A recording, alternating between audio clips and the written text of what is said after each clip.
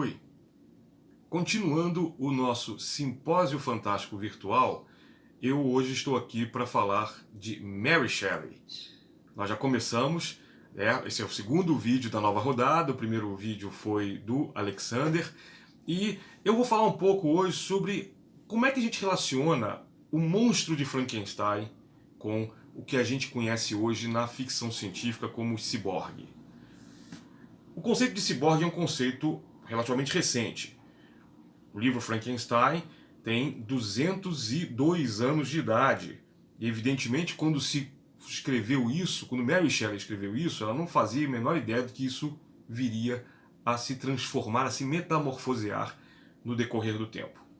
O que se pode dizer a respeito é que Mary Shelley, na construção do que viria a ficar conhecido como monstro de Frankenstein, é sempre bom lembrar isso, porque as pessoas costumam continuar dizendo não, Frankenstein é como se fosse um monstro, né? E Frankenstein é o criador, isso o Alexander fala muito bem no vídeo dele, sobre quem é Victor Frankenstein. E quando Mary Shelley faz todo o processo de criação do monstro, é muito interessante porque a gente costuma ainda relacionar isso com o cinema. Então, no cinema, você vê aquela monstruosidade incorporada por Boris Karloff no filme clássico do James Whale, de 1931, em que o monstro não tem consciência, ele é uma criatura feia e disforme que apenas grunhe. A história, vocês sabem que a história do filme Frankenstein, esse original, não tem absolutamente nada a ver com o livro da Mary Shelley. O Victor Frankenstein do livro é uma criatura atormentada, mas ele é um cientista ainda jovem que dedica uma parte da vida justamente à questão da vida eterna, de como ter vida. Então ele vai entrar numa seara que seria na época uma seara pertencente aos alquimistas. Mas é muito interessante porque na situação do livro, o Victor discute com seu pai e o pai em vários momentos diz, olha, isso é uma bobagem, isso é uma superstição. Você tem que ser um cientista e não um alquimista. A alquimia já era considerada, embora a alquimia tivesse sido estudada algum tempo antes, por vários cientistas que em algum momento se interessaram, né? Isaac Newton teria sido um que achou interessante, fez alguns estudos de alquimia, né? Em um momento em que a alquimia e a astrologia, por exemplo, ainda eram consideradas áreas ou da ciência ou que orbitavam a ciência de alguma maneira, uma espécie de ciência alternativa, de maneira efetiva. E aí, passado o tempo, vai se descartando, né, como pseudociências e se dando ênfase à investigação, à experimentação. E aí a Mary Shelley faz uma coisa interessante, que é, apesar da questão da alquimia ser uma questão pseudocientífica, ela tenta levar um pouco desse método, mas se você for ler o livro vai ver que o método não é nunca explicado direito, a gente fica sempre um pouco na dúvida de como é realmente feito o monstro, né? E na verdade ela dá a entender que há algum processo alquímico também envolvendo, junto com a eletricidade, com o processo de galvanização, que era uma coisa recente na época e que a Mary Shelley tinha lido a respeito. Ela é considerada, né, até hoje, por muitos pesquisadores de ficção científica, a precursora do gênero ficção científica. Em The Billion Year Spree, o escritor e pesquisador Brian Aldiss, ele foi o primeiro, na década de 70 para 80, a lançar isso. É bom lembrar que hoje em dia é mais complexo, tá? Existe toda uma gama de cientistas e pesquisadores da área de ficção científica hoje, principalmente na Inglaterra, que não aceitam mais essa consideração do Aldiss e que já pegam realmente fontes anteriores a Mary Shelley. Mesmo assim, todo mundo concorda que Mary Shelley, com o livro Frankenstein, criou um marco. E esse marco pode ser analisado por nós de diferentes maneiras. A questão da criação do monstro, como eu falei agora há pouco, parte um pouco de princípios alquímicos com também a questão da galvanização. Então ela já pega realmente, é uma ficção científica, porque faz uso da ciência, mesmo com todas as suas distorções. Afinal de contas, se você pegar, por exemplo, Star Wars, vocês percebem que o conceito de hiperespaço não existe de verdade na ciência. Foi uma invenção do editor e escritor John W. Campbell. E que simplesmente pensou nisso porque fazer uma nave cruzar o espaço a uma velocidade dita normal levaria anos, décadas, séculos, e que isso prejudicaria o mecanismo de narração de uma história. Então cria-se o hiperespaço, por exemplo, como um plot device. Então a questão também da Mary Shelley, consciente ou inconscientemente, ela cria também esse uso da eletricidade, né, com alguns fluidos alquímicos talvez, para dar vida a uma massa morta, é um plot device também. A partir desse plot device nós temos o quê? Nós temos a criação de vida, que é uma coisa que na alquimia já se falava, a questão de criar homúnculos. Também tem a questão do golem. Então você já tem aí no folclore, nas narrativas, desde a Idade Média, a criação de seres artificiais, que geralmente eram feitos com o propósito de serem serviçais, serem escravos. Daí para o conceito de ciborgue a questão é muito diferente, né? A palavra ciborgue ela é criada na década de 50 para 60, salvo engano, por dois cientistas que fizeram um projeto para a NASA, projeto esse que nunca saiu do papel, e que na verdade seria uma espécie de exoesqueleto para uso no espaço, para uso em gravidade zero. E chamaram de Cybernetic Organism. É uma expressão que é apenas uma expressão de fantasia, uma marca de fantasia, uma expressão de marketing. Na verdade não seria um organismo, porque seria algo para você vestir, né? Ou talvez um protótipo de um mecha. O protótipo mais próximo que a gente pode visualizar dessa estrutura original chamada ciborgue tá no filme Aliens, O Resgate, naqueles exoesqueletos que a Ripley e os Marines usam para ir no ninho da Rainha da Colmeia Alien.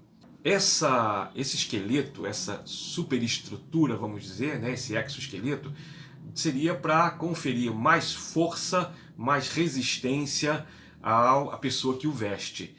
E por isso, e é cibernético porque a cibernética, na verdade, é uma ciência de controle. Você ter como controlar um objeto via eletrônica, né? Eletronicamente, como a gente faz hoje, é muito comum. A robótica hoje industrial faz isso direto. Então, na verdade, sim, seria quase que estruturas robóticas, mas controladas por nós. E como é que você relaciona isso com Frankenstein? Frankenstein, na verdade, né, toda a história do romance de Frankenstein, ela parte de outro pressuposto, né? O Victor Frankenstein se lembra muito da figura da mãe morta. O tempo todo no livro, permeando o livro, uma observação sobre a natureza da vida e da morte.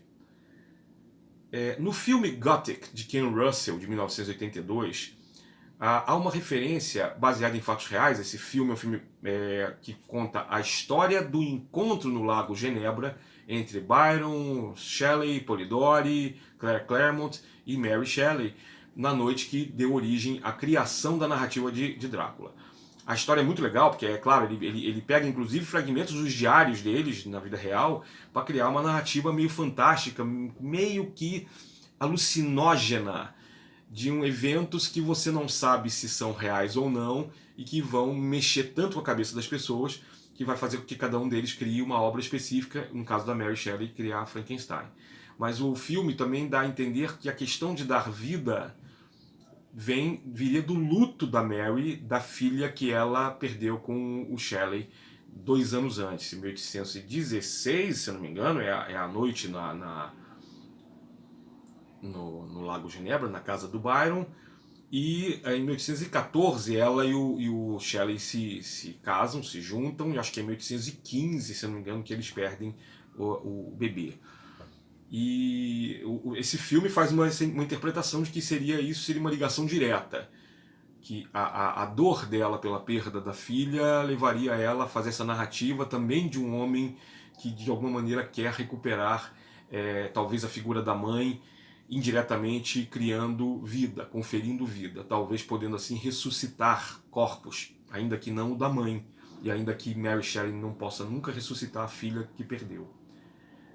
Quando a gente fala da questão do ciborgue, aí não é mais também na questão dos cientistas da NASA que criaram o termo originalmente. Esse termo depois ele foi metamorfoseado para dar conta de outras coisas. Para dar conta, por exemplo, de pessoas que têm partes eletrônicas ou cibernéticas nos seus corpos, bem diferente do que a gente tem hoje. Hoje nós temos amputados que usam pernas para correr, nas corridas, né, das Olimpíadas, por exemplo, como o caso famoso, né, e infame do Oscar Pistorius. Mas, se vocês vão lembrar disso, o Oscar Pistorius, estou falando muito antes da acusação dele ter sido, né, condenado pelo assassinato da namorada. Que é outra prova também de que as pessoas continuam sendo humanas. Ser ciborgue, entre aspas, não faz de ninguém melhor do que ninguém. Oscar Pistorius passou anos disputando o direito de correr nas Olimpíadas ditas normais, ditas típicas. Ele já era campeão de Olimpíadas e de várias competições paralímpicas e paraesportivas, porque ele era amputado e ele usava umas pernas que era um modelo que parece um hockey, um taco de hockey, né? Um modelo chamado Blade Runner, da Ossur, uma companhia, se não me engano, norueguesa. E ele participou disso, ele participou de Olimpíadas há muito tempo e ele começou a pleitear na justiça o direito de correr. Ele conseguiu, em um determinado ano, correr em 2 Olimpíadas, na Paralímpica e na Olímpica tradicional. E ele perdeu nas 2. Na Paralímpica ele perdeu para um brasileiro, inclusive.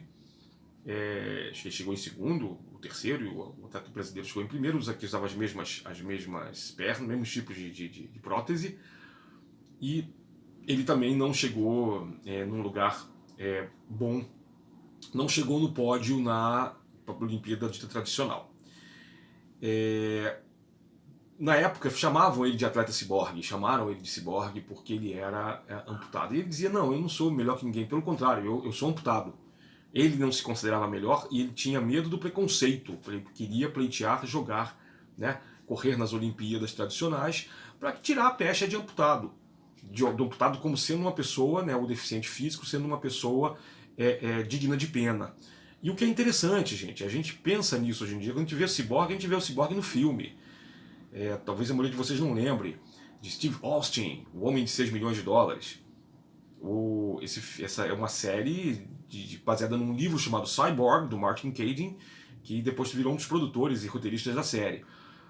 A série mostra a história, né, a história de um astronauta que vai fazer um voo numa nave experimental e ele cai na Terra, a nave dele bate, quebra e ele perde a visão, perde um dos olhos, perde um dos braços e as 2 pernas. O que convenhamos que aí é ficção científica mesmo, porque a queda que o cara vai ter da estratosfera e o avião dele bater e o cara sobreviver e só perder isso tá muito bom, né? Mas aí o cara é operado, a sequência de abertura da série é uma das coisas mais legais até hoje, porque o Oscar Goldman, que vai virar amigo dele, que é o chefão de uma agência de segurança, que seria o equivalente da CIA, diz assim, nós podemos reconstruí-lo, nós temos a tecnologia. E eles reconstroem e ele vira o ciborgue. Ele custa 6 milhões de dólares, veja que são 70. Seria hoje 6 bilhões de dólares. E é interessante, porque a gente está falando de um homúnculo que é criado para servir.